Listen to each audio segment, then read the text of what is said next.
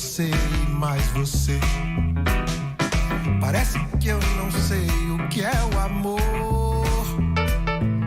Amor por tudo e todos, luz do bom viver, que a palavra de Deus nos ensinou.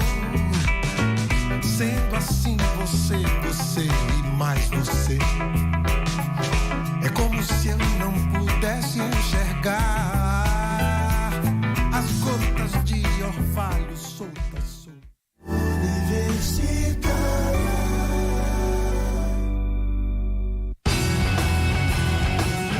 Programa Fora da Curva, jornalismo, crítica e diversidade.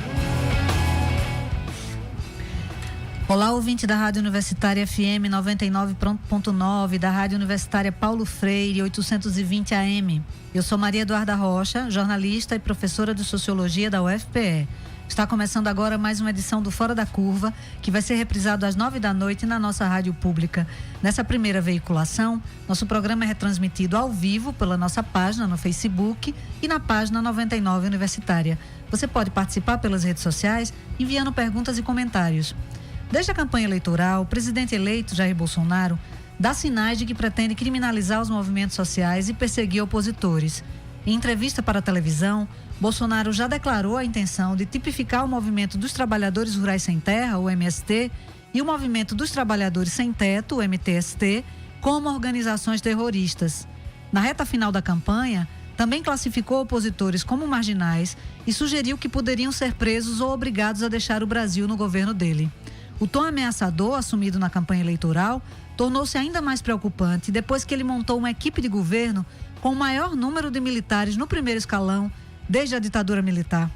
Diante da expectativa de um governo que já anunciou a pretensão de reduzir os investimentos públicos e de fazer reformas impopulares como a da Previdência, Fora da Curva desta quinta pergunta: como o governo Bolsonaro vai lidar com as reivindicações sociais?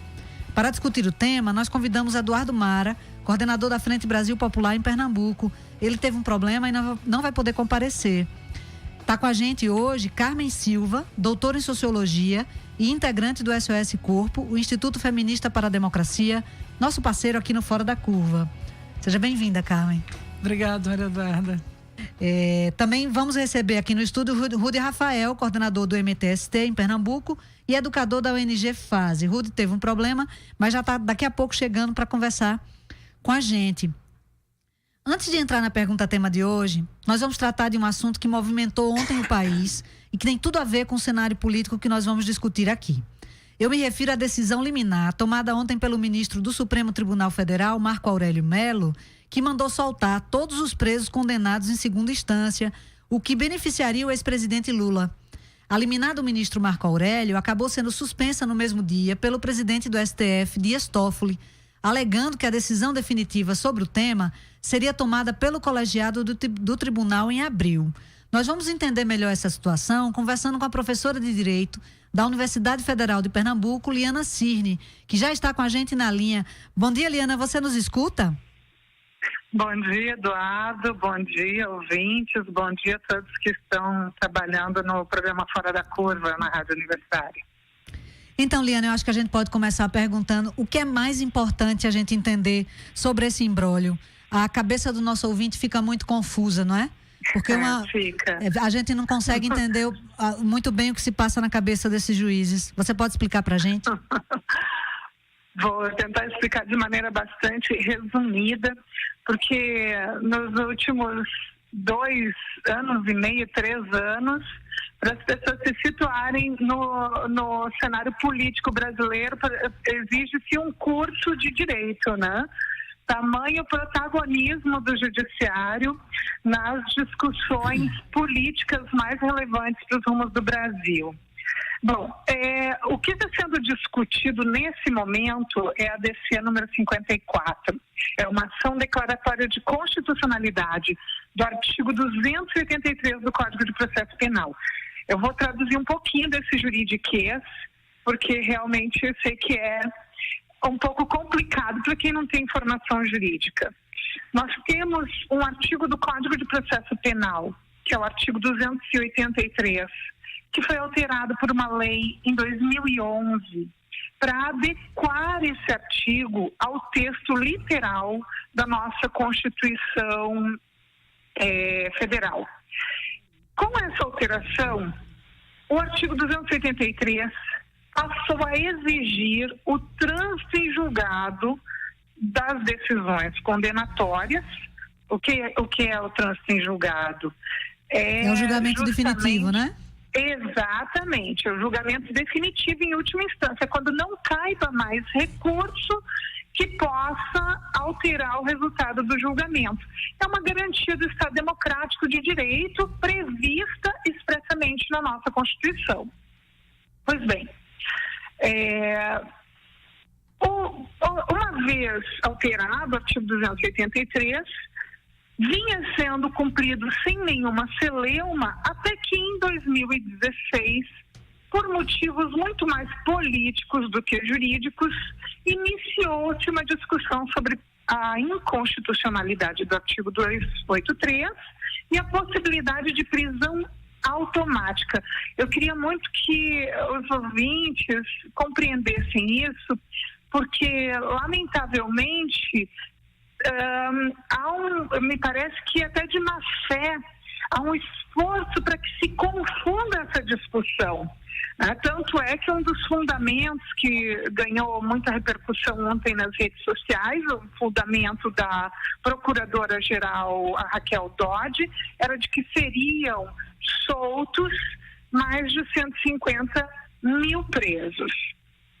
Pois bem,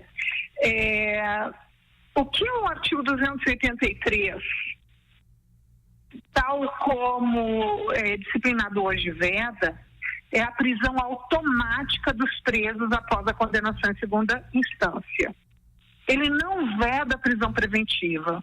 Muito pelo contrário, ele disciplina a possibilidade de prisão preventiva. Ele condiciona o trânsito em julgado da decisão, mas deixa margem para todas aquelas prisões que são necessárias no caso concreto. Então, digamos que haja suspeita de que o preso venha a evadir-se, a fugir, a se esconder, ou que seja difícil depois do cumprimento da pena, ou por qualquer razão de ordem pública ou de ordem social, justifique-se, no caso concreto, a prisão cautelar, a prisão preventiva. Isso não vai ficar impedido. Ninguém está discutindo isso.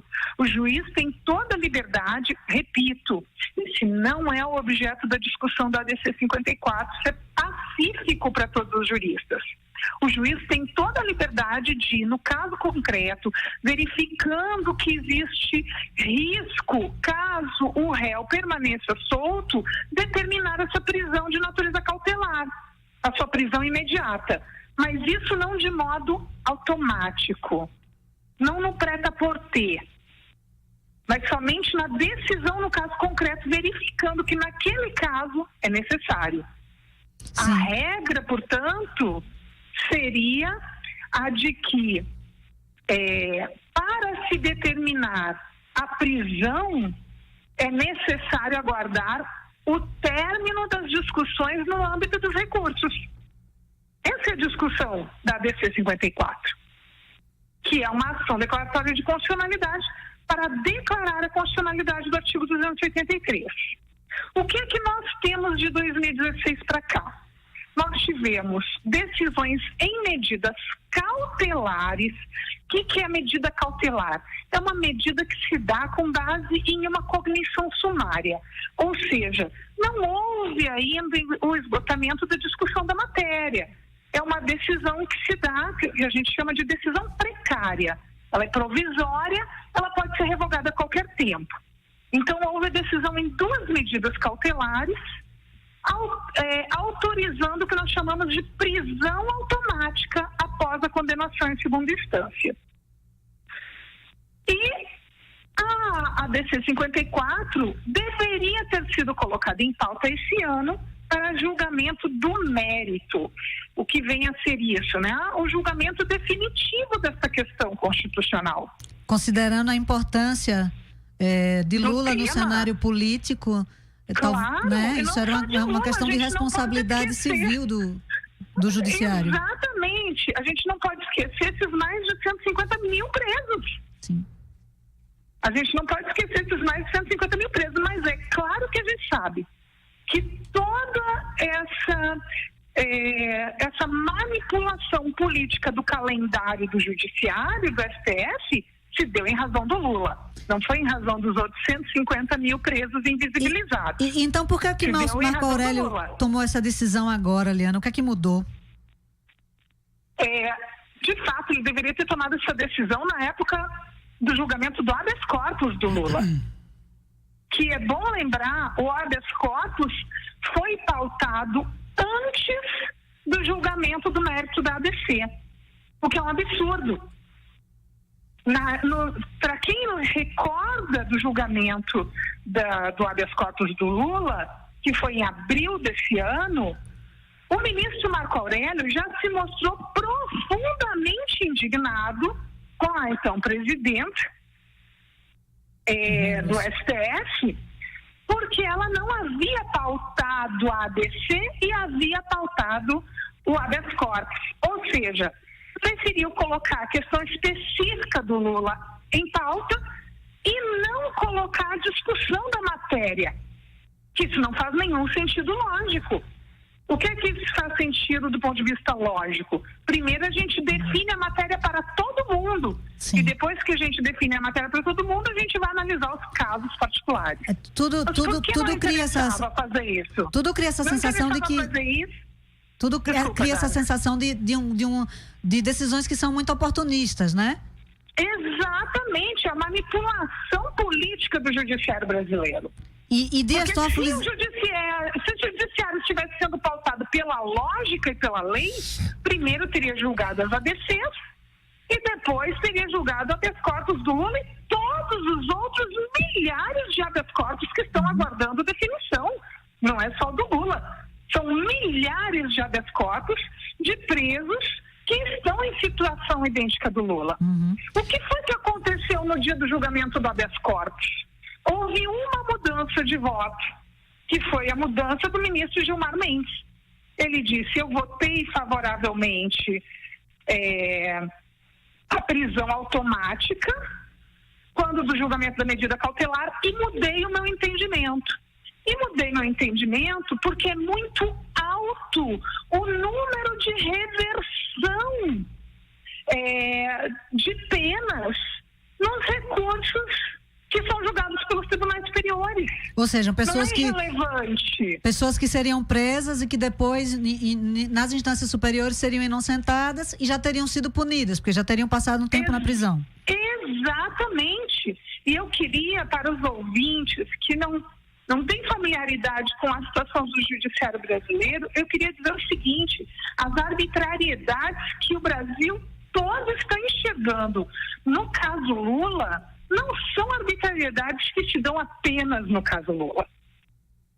Todos os pobres brasileiros que dependem do judiciário são penalizados com as mesmas arbitrariedades. Condenações sem provas, condenação sem que o princípio da ampla defesa tenha sido observado de fato. Então, ser pobre no Brasil é praticamente estar condenado.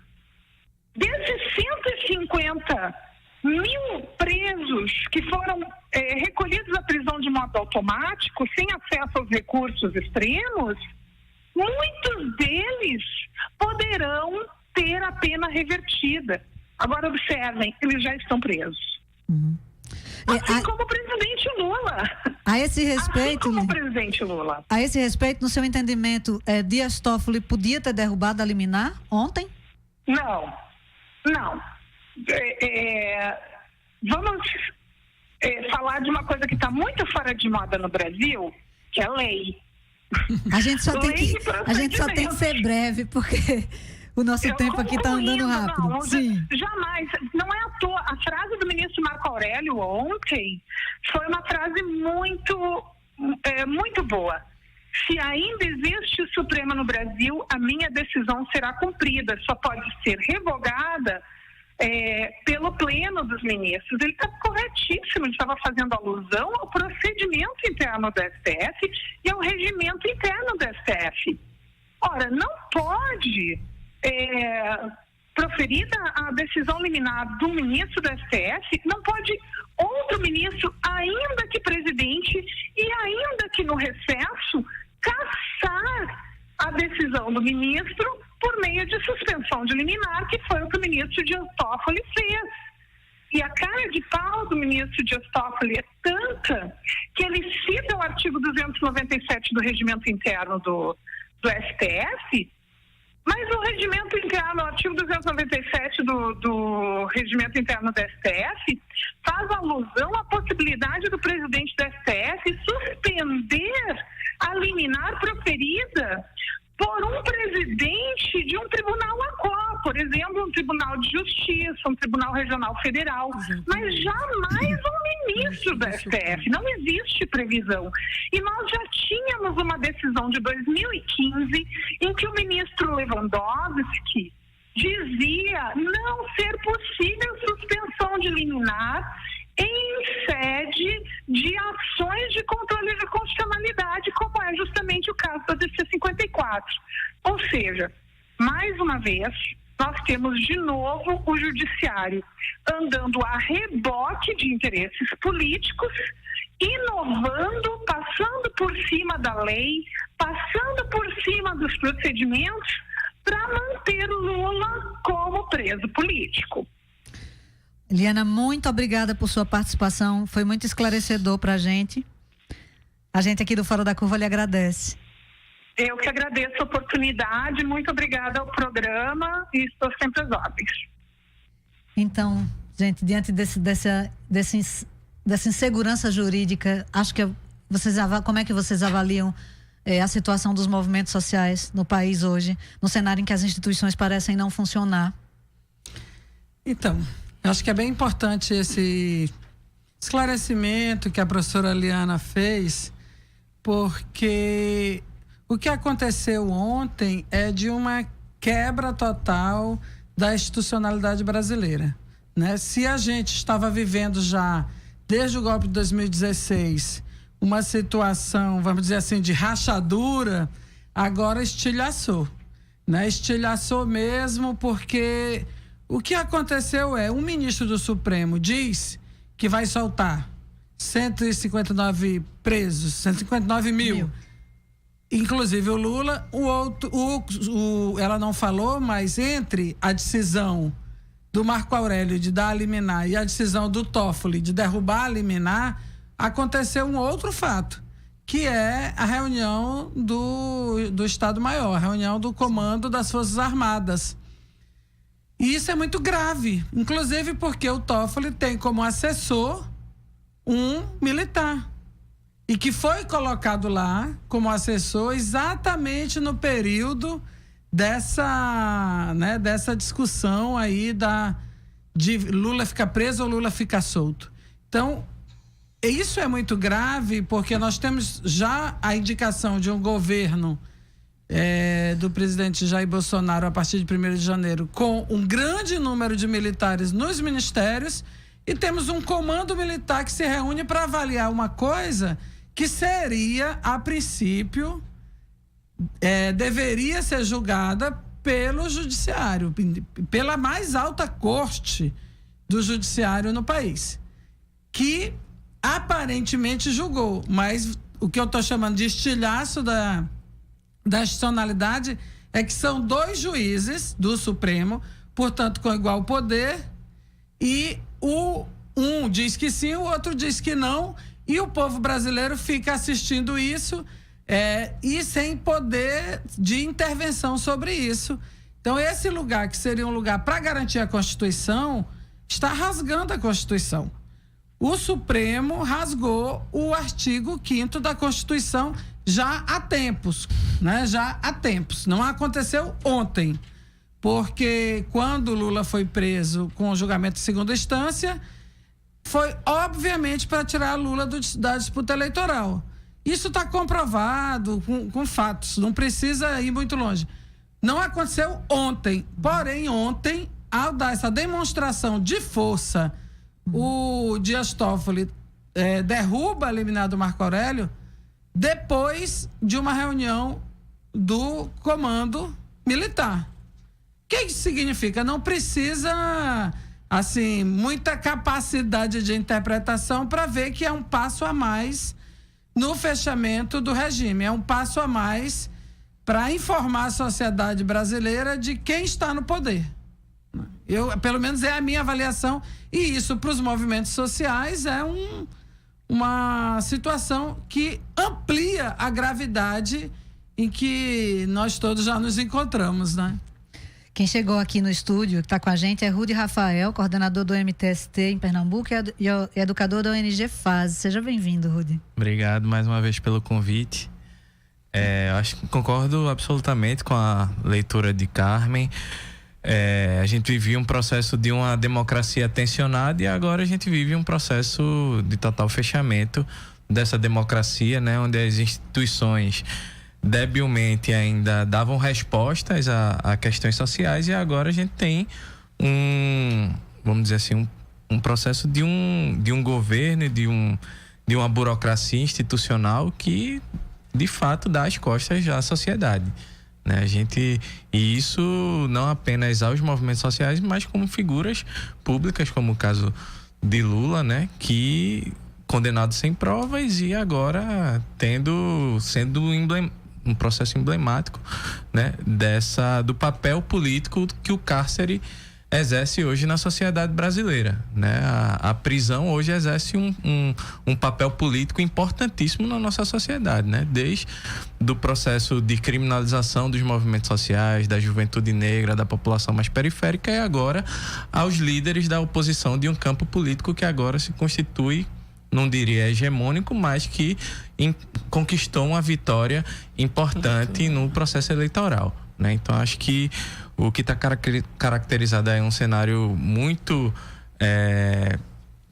vamos dizer assim, temeroso em relação à atuação dos movimentos sociais, e a democracia no mundo depende da atuação dos movimentos sociais para ser pulsante, para ser viva, e agora a gente tem um governo que se coloca abertamente como perseguidor desses movimentos sociais, caracterizando esses movimentos como terroristas, criminalizando qualquer forma de ativismo. Então, um governo extremamente ideológico, né, que se coloca contra as ideologias, mas com a ideologia muito clara, né, com a composição do seu ministério aponta isso, né, dos militares, a uma burocracia ultraliberal, chegando a grupos vinculados à igreja neopentecostal, um governo extremamente ideológico que tem como um dos seus alicerces esse discurso de criminalização dos movimentos sociais, que de alguma forma é de negação e cerceamento do direito à manifestação de uma população, de uma sociedade civil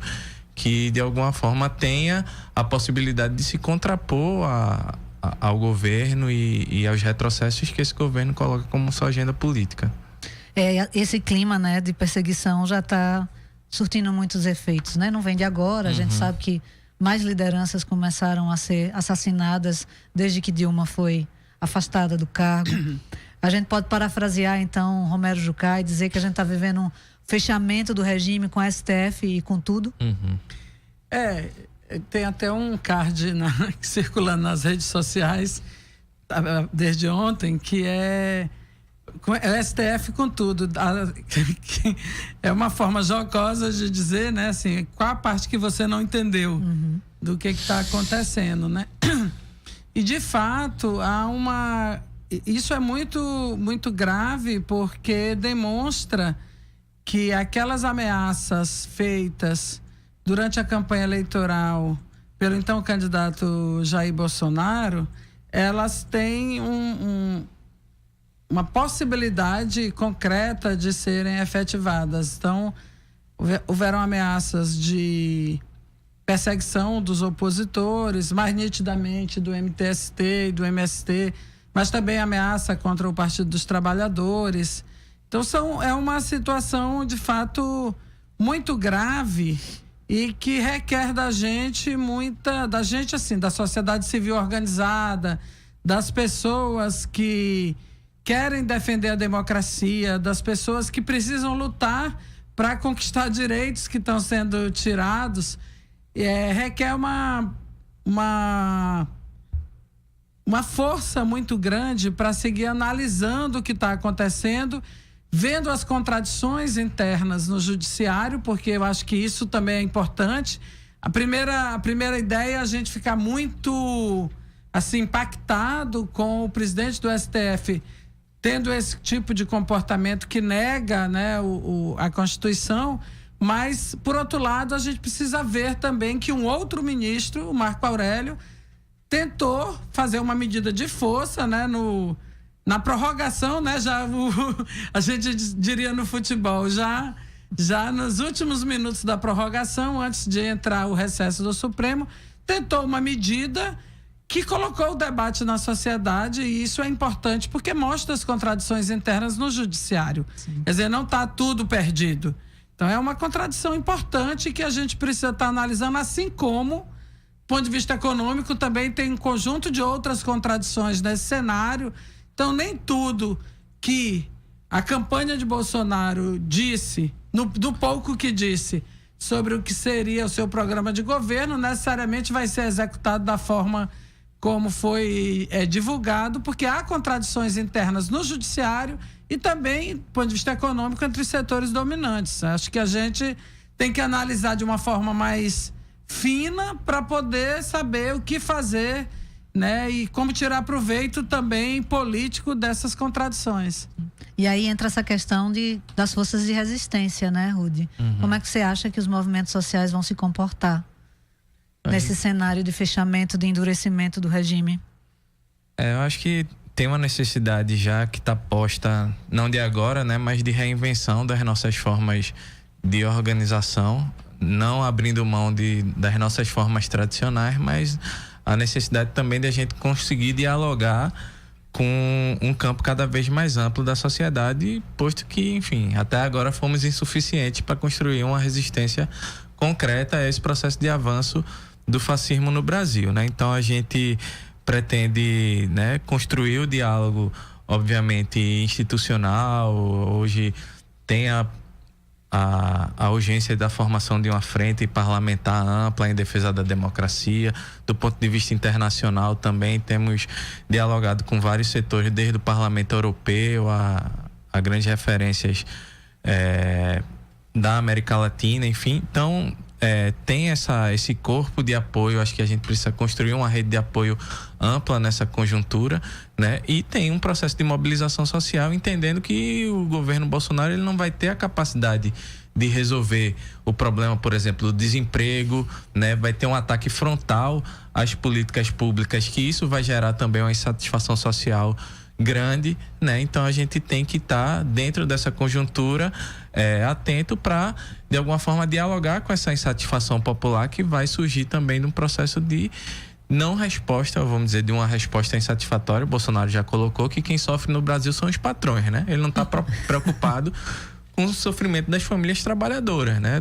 Com o processo de empobrecimento, de precarização da vida dos trabalhadores e das trabalhadoras, né? Ele já escolheu os seus sujeitos, né, para atuar em favor, né? E ele já colocou claramente quais são esses setores, né? Então acho que os movimentos sociais eles vão manter a atuação. Nem em período de fechamento de regime, nem no Brasil nem no mundo ocorreu um processo de aniquilação dos movimentos sociais. Muito pelo contrário, eles foram responsáveis por retomar a democracia, né? E eu acho que o nosso papel vai ser esse, continuar atuante e apresentando alternativas nesse cenário, né? Acho que o mais importante é isso. Você tocou num ponto importante, Rudy. Tá provável, muito provável, do provável crescimento da insatisfação popular, tanto mais as propostas desse governo se tornem efetivas, né? Uhum. Na medida em que elas se convertam em políticas públicas, o cidadão comum vai começar a se perguntar qual foi esse rumo que o país tomou, né? E os movimentos sociais que tentam, muitas vezes a mídia coloca como minoritários, né? Uhum. É aquela minoria que protesta, que queima pneu, que atrapalha o trânsito, aquela minoria que é revoltada, que é subversiva, que é perigosa. Na verdade, defende o interesse dessa maioria, né? Como é que a gente pode explicar para o cidadão comum o que é que está em jogo, Carmen? Eu acho que é muito, assim, na verdade é até muito simples, porque quando a situação aperta, uma medida do governo, um crescimento do desemprego e tal, a revolta popular, ela ocorre. Numa situação de fome, as pessoas se levantam e saqueiam, ou se organizam e lutam por bolsas trabalho, por frentes de trabalho e tal. Essa é da história, assim, da nossa vida. Então, eu acho que a gente precisa, na verdade, enquanto movimentos sociais, saber em que momento a gente pode tá estimulando e organizando os levantes populares que vão ocorrer, porque vão ocorrer. Veja, para dar um exemplo bem próximo da gente, bem concreto. Teve o golpe de 2016, o governo Temer tinha uma agenda para cumprir, que era uma agenda de retirada de direitos, porque essa foi a razão do golpe, né? Que isso é uma forma de reorganizar o momento do capitalismo no mundo. E na hora que ele ia fazer a reforma da Previdência, começou uma série de protestos, não só da classe trabalhadora organizada em sindicato, mas dos movimentos de mulheres, dos movimentos em geral, e eles fizeram pesquisas de opinião. Não fomos nós, os movimentos sociais. Foram eles que fizeram pesquisa de opinião e viram que a maioria da população brasileira era contra a reforma da Previdência.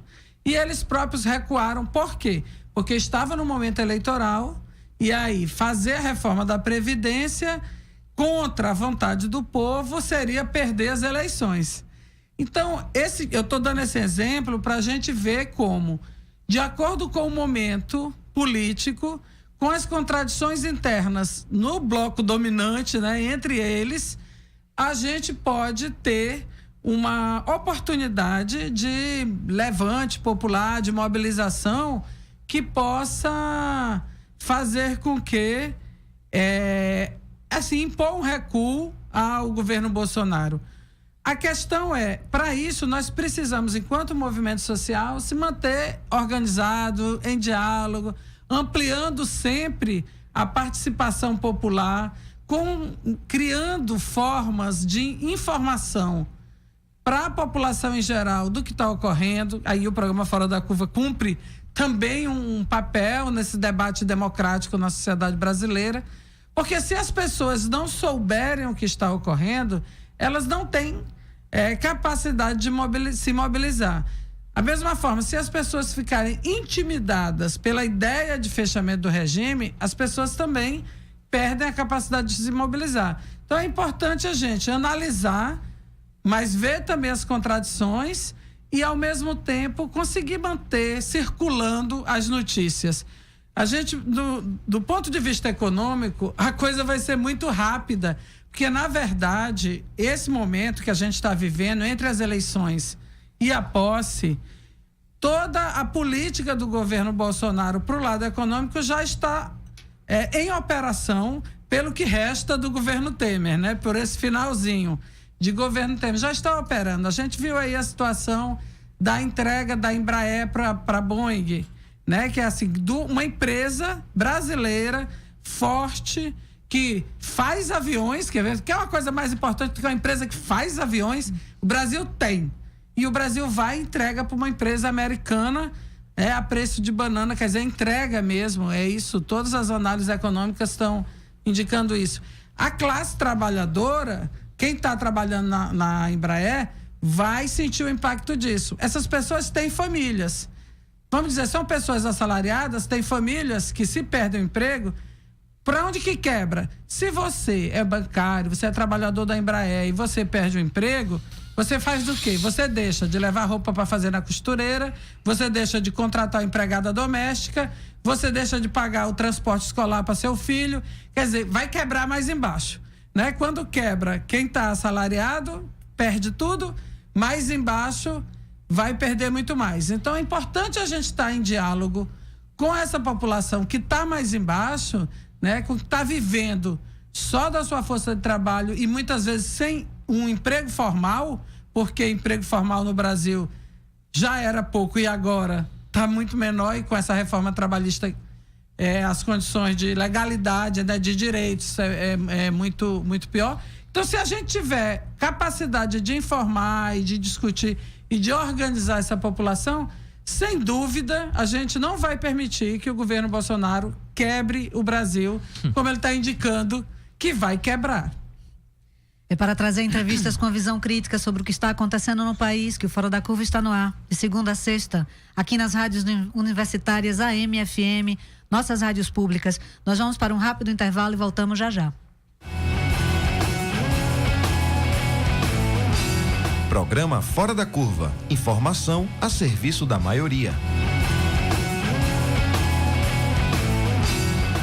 Universitária FM 99.9.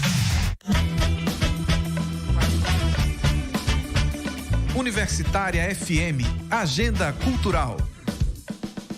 Nesta quinta tem a apresentação do instrumentista, cantor e compositor baiano Mateus Aleluia, com seu show Fogueira Doce, a partir das 8 da noite, nos Jardins do Maurício Colinda, que fica no epicentro do sítio histórico. Ingressos antecipados à venda no site Simpla.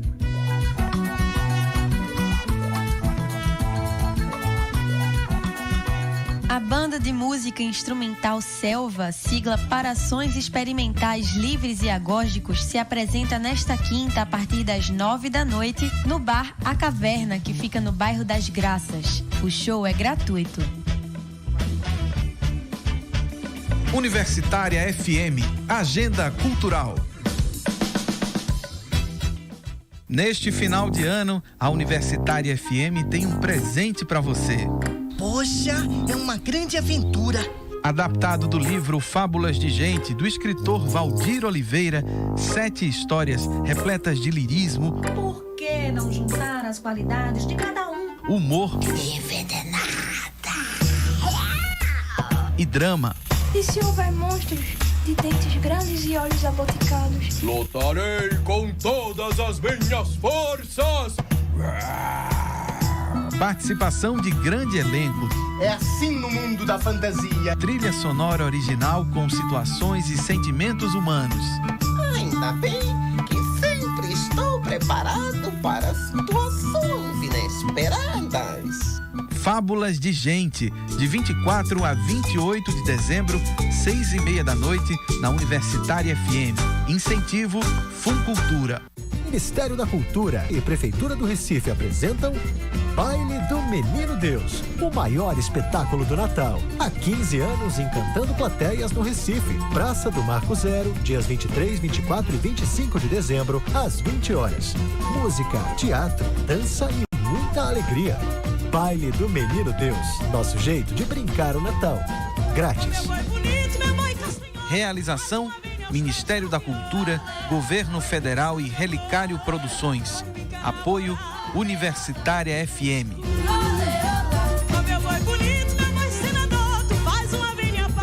Para mim, a Rádio Paulo Freire vai ser muito importante para colocar em prática tudo aquilo que a gente está vendo nas salas de aula. Que a população enxergue que a universidade está aqui para ela. A gente sonha muito com a possibilidade de ter uma rádio laboratório, né, de ter uma rádio experimental, uma rádio que integre a formação desses alunos com a realidade, com o cotidiano. E a Rádio Paulo Freire ela chega justamente nesse momento para poder trazer mais vida para esse processo, né, que a gente possa justamente pensar nessa comunicação como um direito para todos e todas.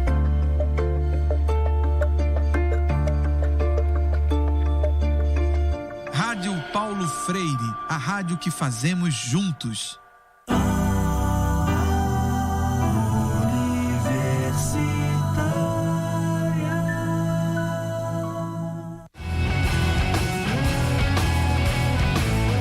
Programa Fora da Curva, análise crítica de assuntos do interesse público. Para você que sintonizou agora, nós estamos discutindo hoje como o governo Bolsonaro vai lidar com as reivindicações sociais. Nós estamos no estúdio com Carmen Silva, integrante do SOS Corpo, e com Rudy Rafael, educador da ONG FASE e coordenador do MTST em Pernambuco. Então, o presidente eleito provavelmente vai tentar modificar e endurecer ainda mais a lei 13260 de 2016, conhecida como Lei Antiterrorismo, que foi aprovada ainda durante o governo de Dilma Rousseff. A lei foi combatida por movimentos sociais e entidades sindicais justamente por abrir brechas para tratar os movimentos sociais como terroristas. Tem como evitar que essa lei se endureça ainda mais no contexto do governo Bolsonaro? O que é que vocês acham, Rudy? É preciso combater o endurecimento dessa lei, inclusive em pontos importantes que ela tenta avançar na negação do direito à manifestação, né? É importante que se entenda que Bolsonaro coloca como alvos, né, o MTST e o MST, mas também os povos indígenas, mas o seu objetivo é de anular qualquer possibilidade de reação social às suas medidas, né? Quando se tenta introduzir que a coação a um governo se configura um ato de terrorismo, é a mesma coisa de dizer que uma comunidade que vai protestar na frente de uma prefeitura pelo direito ao acesso à água é um grupo terrorista, né? Não é só aquela pessoa que se entende como um movimento, e é preciso também humanizar quem são os sem terra, quem são os sem teto, claro. quem são os povos indígenas no Brasil, né? Não são terroristas, é aquela senhora que não consegue mais pagar aluguel e entra numa ocupação para garantir seu direito à moradia, né? Um agricultor e uma agricultora que por anos não teve acesso a produzir e agora ocupa uma terra produtiva para garantir o direito à alimentação não só da sua família, mas de toda a sociedade. Então esse debate a gente precisa fazer, mas também caracterizar a amplitude que essa lei agora atinge, né? Quando você coloca esse elemento que qualquer medida que coaja um governo, que vai caber, né, ao judiciário, vai caber a esse corpo, né, político que está no poder agora, identificar o que é coação a um governo, né? Coação a um governo pode ser o fechamento de uma via, tudo pode ser caracterizado como coação ao governo, né? Então a gente precisa colocar o risco, né, que qualquer cidadão e cidadã corre a partir da identificação, né, clara de que pode estar cometendo um ato terrorista ao estar coagindo, né, um governo, quando na verdade existe num ambiente democrático deveria haver a possibilidade do contraditório, de que as pessoas se manifestem com descontentamentos qualquer, né? Então acho que é importante por um lado, a gente não alimentar uma paranoia também em relação às pessoas agora não vão poder se manifestar, o governo Bolsonaro agora vai prender todo mundo. Acho que se a gente entra também nessa paranoia, a gente acaba fortalecendo ainda mais esse governo, né? É importante que a gente continue mobilizado e amplie a nossa capacidade de mobilização, mas também entendendo que a possibilidade hoje, né, de alguns setores que se mobilizam na luta por direitos serem caracterizados como terroristas, mas não só esses grupos, né? Qualquer pessoa hoje, a partir de um processo de uma manifestação, de um ato político, ser considerado como terrorista, está dada a partir dessa tentativa de modificação da lei antiterrorismo. Por exemplo, os estudantes secundaristas que fizeram as ocupações em 2016 poderiam ser classificados, se essa lei for modificada, como terroristas? Sem dúvida, se a lei for modificada, ela recrudesce essa possibilidade. Agora, mesmo sem modificação, a lei já é bastante negativa para as manifestações. Não só os estudantes secundaristas que ocuparam as escolas, mas todas as pessoas que postam no Facebook alguma imagem, algum texto crítico, também podem ser identificadas como pessoas que estão fazendo pressão ao governo. Porque, na verdade, a modificação que está proposta é a modificação de que qualquer pressão sobre o governo, ela caracterizaria uma organização criminosa, uma organização terrorista. Então, isso é muito grave, porque é como assim, um governo que se instala pelo voto pela eleição, portanto, minimamente ele tem um reconhecimento de um Estado de Direito, ele se submeteu a um processo eleitoral. Então, isso é uma coisa que a gente precisa resgatar. Quer dizer, não houve uma tomada de poder pela força, houve um processo eleitoral. Eu discordo do resultado, mas ele é o resultado. Discordo também da forma como foi garantido o resultado, mas ele é o resultado eleitoral. Portanto, significa que esse governo, que a sociedade deve exigir desse governo o compromisso mínimo com a democracia. E o que é o compromisso mínimo com a democracia? É o direito de oposição e o direito de reivindicação para o governo. Claro que o governo pode não atender às reivindicações dos movimentos sociais. O governo pode não aceitar dialogar com a oposição, não reconhecer nenhuma demanda colocada pela oposição. Mas o que a gente precisa entender é que isso é diferente de negar o direito de existir oposição e de existir reivindicação popular. Quando um governo nega esse direito, ele se caracteriza como uma ditadura. E isso é uma coisa que a gente já viveu e que a gente sabe como é profundamente violenta e profundamente sangrenta, e que como isso aniquila mesmo com as forças sociais. Agora, a gente precisa fortalecer essa ideia de que reivindicar é um direito. Quando você está num ponto de ônibus esperando o transporte, né? Esperando porque você tem hora para entrar no seu serviço, você tem hora para entrar na sua escola, e o ônibus atrasa, você começa a reclamar. Você começa a reclamar primeiro só pensando, depois começa a reclamar conversando com quem está lá também. Vai chegando mais gente. E você vai reclamando, vai chegando mais gente, você vai reclamando. E todo mundo ali começa a reclamar. Se aquele ônibus que era previsto para chegar às 8, chega às 8h40 e você sabe que vai levar falta na sua escola ou no seu trabalho, a sua raiva vai se acumulando. E você vai protestar.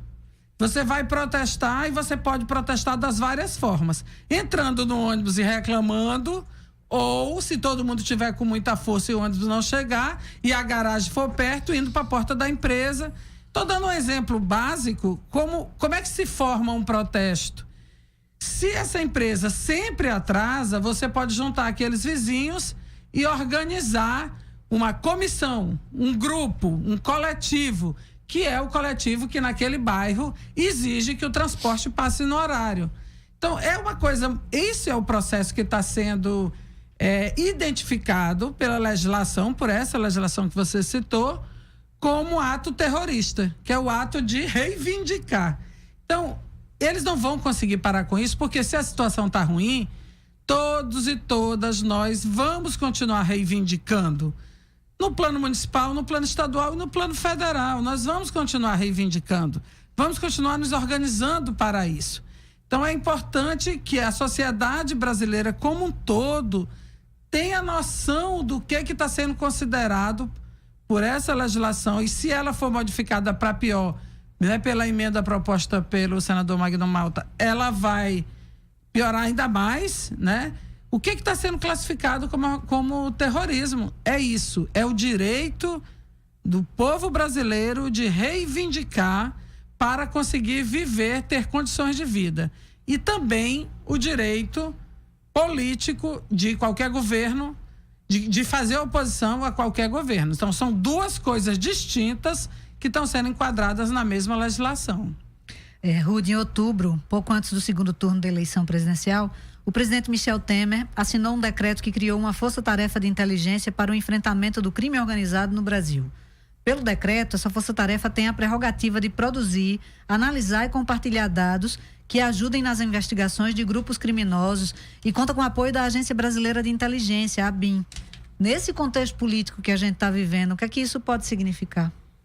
Essa atuação de monitoramento em relação aos movimentos sociais não é uma atuação nova, mas tendo um governo que tem em suas mãos a capacidade de caracterizar tudo como terrorismo, né?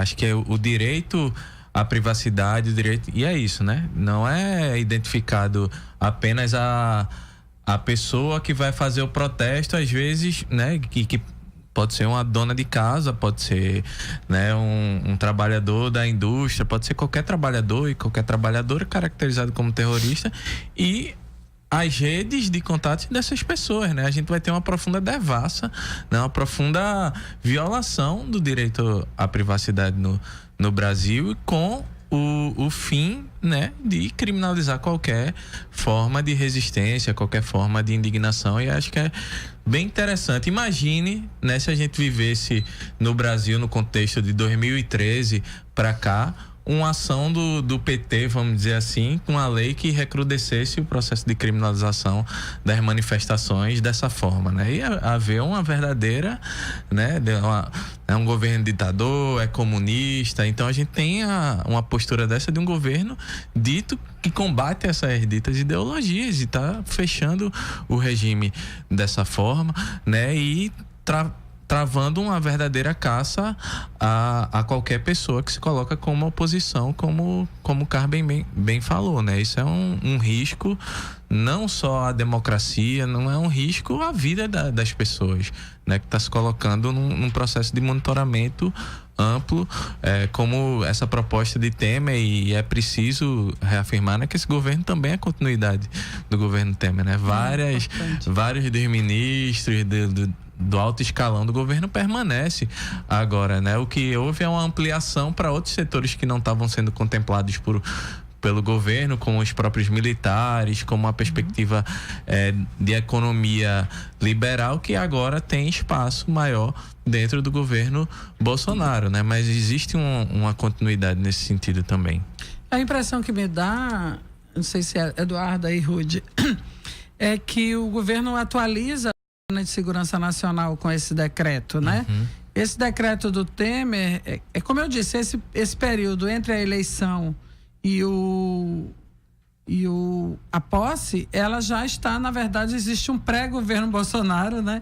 Porque é uma continuidade, então já muitas coisas estão sendo feitas para isso. Então, atualiza a doutrina de segurança nacional, que foi a doutrina que sustentou a ditadura militar, e organiza o sistema de inteligência, de informação e de repressão. Então, o decreto associado a essa lei antiterror, ela cria as condições para um funcionamento do sistema de segurança numa perspectiva de ditadura. Ela cria as condições. Não significa necessariamente que vai se realizar assim, porque a sociedade vai continuar se manifestando, tem o direito do contraditório, mas as condições jurídicas estão estabelecidas para isso, né? Com essa medida. Então não vai precisar nem um cabo e um soldado, né?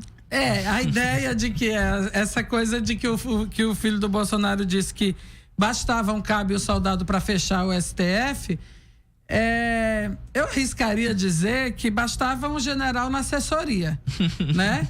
Porque, na verdade, um general na assessoria do Toffoli, não tenho informações para dizer que ele tem poder de mando, mas no mesmo jeito que o filho do Bolsonaro disse que um cabo e um soldado fechavam o STF, a gente viu uma situação em que um ministro desrespeitado no seu poder de dar uma liminar, o ministro Marco Aurélio, porque o ministro Toffoli decidiu isso. Entre um e outro tem uma reunião do comando do Exército. Então, tem uma situação que é bastante grave. Agora, essa base legal está dada com o decreto do Temer, que reorganiza o sistema de informação, de inteligência e tal, e pode descobrir quem são suas redes. E hoje também a nossa vida é muito mais devassada pelas redes sociais, né? E com a lei antiterror. Aliando as duas coisas, as condições legais poderiam funcionar para isso. Agora, isso não significa, eu acho que é muito importante que todo mundo saiba, que as coisas vão acontecer exatamente assim. As coisas podem ser piores, né? Mas também podem ser melhores, né? Também podem ser melhores. Depende muito da nossa, que eu digo assim, a sociedade brasileira não aceitar a ruptura total do Estado de Direito. O que a gente assistiu ontem é uma tentativa de aprofundar o fechamento do regime. Mas a gente pode se rebelar contra isso, a gente pode se manifestar, a gente pode não aceitar, né, que o Brasil entre num período ditatorial. E existem oposições dentro das próprias instituições também, né, Carmen? E existem contradições internas, quer dizer, essa disputa Marco Aurélio Toffoli que está sendo simbólica, né? Mas é simbólica no sentido de que o judiciário não está blocado com o fechamento do regime. E existem contradições também, inclusive nas forças econômicas. O governo Bolsonaro está dizendo que vai romper com a China, vai romper com o Mercosul e tal. O que ainda resta de industriais brasileiros vão aceitar que não possam mais vender para o Mercosul ou que vão perder as condições favoráveis que hoje eles têm no comércio com o Mercosul? Quer dizer, a China vai simplesmente aceitar qualquer medida de Bolsonaro ou vai retaliar? Então, esse cenário internacional também vai influenciar, né? Por outro lado, os movimentos sociais também estão se movimentando, como o Rudy explicou aqui no início, né? Tentando articular com o Parlamento Europeu, com o sistema ONU, todas as institucionalidades internacionais ligadas ao campo de direitos humanos estão sendo acionadas para que a gente possa ter força para enfrentar a situação no Brasil. Então, nós não estamos sós, o mundo inteiro está vendo o que está acontecendo aqui e é importante que a sociedade brasileira se levante contra um fechamento do regime.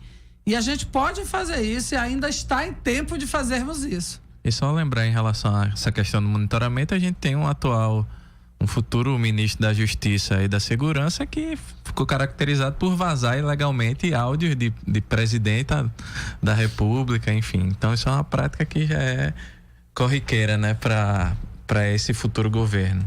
A gente tem que resistir muito a essa ideia, né? Porque, na verdade, a ideologia da segurança nacional é baseada na crença que existe um inimigo interno, né? Quando a gente fala do fascismo, pode parecer paranoia, mas essa é uma ideia profundamente fascista, de que o outro está ali, ele é uma ameaça, ele precisa ser eliminado. É muito importante, então, que a gente resista nesse contexto, né? Não vamos baixar a cabeça. O ouvinte Hector comenta que o que estamos vivendo é, abre aspas, igualzinho à Argentina de Macri, uma aproximação com Israel e Estados Unidos e prevê tempos difíceis. Eu queria que vocês fizessem as considerações finais, nosso tempo já está acabando. Eu queria agradecer mais uma vez a presença de vocês e que vocês fizessem um comentário final. Então, o meu comentário final é de força e de coragem, né? Acho que a gente tem um momento em que há fortes indicações do crescimento da direita no mundo e de uma perspectiva fascista. E no caso brasileiro, a gente tem que evitar, com todas as nossas forças, que seja caracterizado o tal inimigo interno que toda ditadura precisa e que o fascismo precisa, como sendo os movimentos sociais. Porque isso vai mexer com a vida de cada um e cada uma de nós. Nós não somos o inimigo interno no Brasil, pelo contrário, nós somos o verdadeiro amigo do Brasil. Porque nós, dos movimentos sociais, é que lutamos pela democracia e pelas condições de vida. E isso é o que toda a sociedade brasileira quer. Quer viver com condições de vida digna e com direitos e com possibilidade de se expressar, de dizer sua opinião. Então, tudo que a gente quer é isso, nada mais. Então, isso é de uma profunda amizade pelo Brasil. É de querer o Brasil forte. Então, eu acho que é muito importante todo mundo se animar, né? E não sucumbir diante das pressões do que a gente está vendo e apostar na nossa própria força, na nossa própria coragem. Então, era isso que eu queria finalizar. Acho que também tem uma mensagem final. Primeiro, agradecer mais uma vez o convite. É sempre incrível estar aqui no Fora da Curva, e o papel que o Fora da Curva exerce nessa conjuntura é ainda mais importante também, estar trazendo esses temas e falar em termos desse elemento da reivindicação social, né? Eu acho que a gente não pode aceitar que o Brasil tenha essa desigualdade absurda, né? Que a gente tem com a conjuntura que a gente tem de novo a entrada de milhões de famílias, né, na linha da pobreza, né? A gente não pode aceitar que uma família hoje não tenha o direito à moradia, né, com tanta casa vazia, no Brasil, né? A gente não pode aceitar que uma mulher seja vítima de violência. A gente não pode aceitar nenhum tipo de violência e desigualdade na nossa sociedade. Eu acho que quando a gente trabalha na perspectiva de pensar o que são essas reivindicações sociais, é justamente isso, né? Lutar pelos direitos, lutar por uma sociedade mais justa, e que isso não pode ser criminalizado, não pode ser identificado como terrorismo em nenhuma nação do mundo, muito menos no Brasil, né? Que é marcado por essas desigualdades e que a gente precisa enfrentá-las. Eu acho que como mensagem é isso, e a gente vai continuar na luta aqui para que essas reivindicações sejam atendidas, né, também.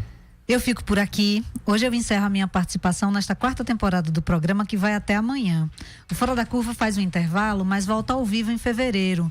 Durante o intervalo entre as temporadas, nós continuamos divulgando nas nossas redes sociais informações que você não encontra por aí. Continue acompanhando a gente pelo Facebook, Twitter e Instagram. E todos os programas da temporada ficam disponíveis no nosso canal no YouTube. Fora da Curva de hoje teve a produção de Ivana Fechini, no apoio nas redes sociais Alice Mesquita, Débora Aleluia, Guilherme Falcão e Vanessa Moura. Hoje também esteve com a gente Ana Sofia Ramos, que cuidou dos nossos cards de divulgação.